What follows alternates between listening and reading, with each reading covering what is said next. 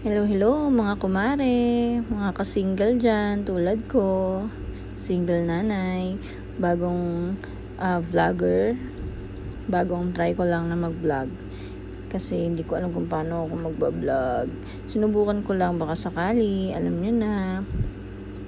Ngayon, ginagawan ko ng merienda yung anak ko kasi hindi siya nag-lunch.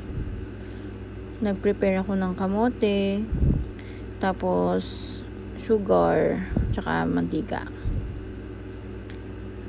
Para maiba naman. Kasi yung anak ko na yan, kung kailan lang maisipang kumain ng kanin, ilang subo lang ayaw na.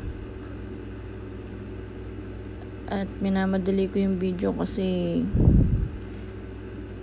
may limit yung pinag-e-editan ko eh. Kung may isa-suggest kayo dyan kung saan ako pwedeng mag-edit, yung walang bayad. Kasi baguhan pa lang naman ako, nagtatry lang. Comment down below. Try to subscribe in my channel. Baka sakali, try nyo rin mag-comment. Baka sakaling sagutin ko, mabasa ko. Pasensya na kayo kasi nagsisimula pa lang akong mag-vlog. Wala talaga akong alam sa pagbablog. Pero mga ka-single dyan, tulad ko, single mama ng 2, comment lang kayo. Para ma-share ko din yung araw-araw na buhay namin mag-iina sa mga interesado lang naman. Sa mga hindi naman interesado, okay lang. Pasensya na sa mga friend ko dyan sa bahay. Marami kaming friendly. Alam niyo naman, itong malapit sa poultry. May panahon talaga napakaraming friendly. Friendly means langaw. Nanyo? Oo. Yan ang panganay ko.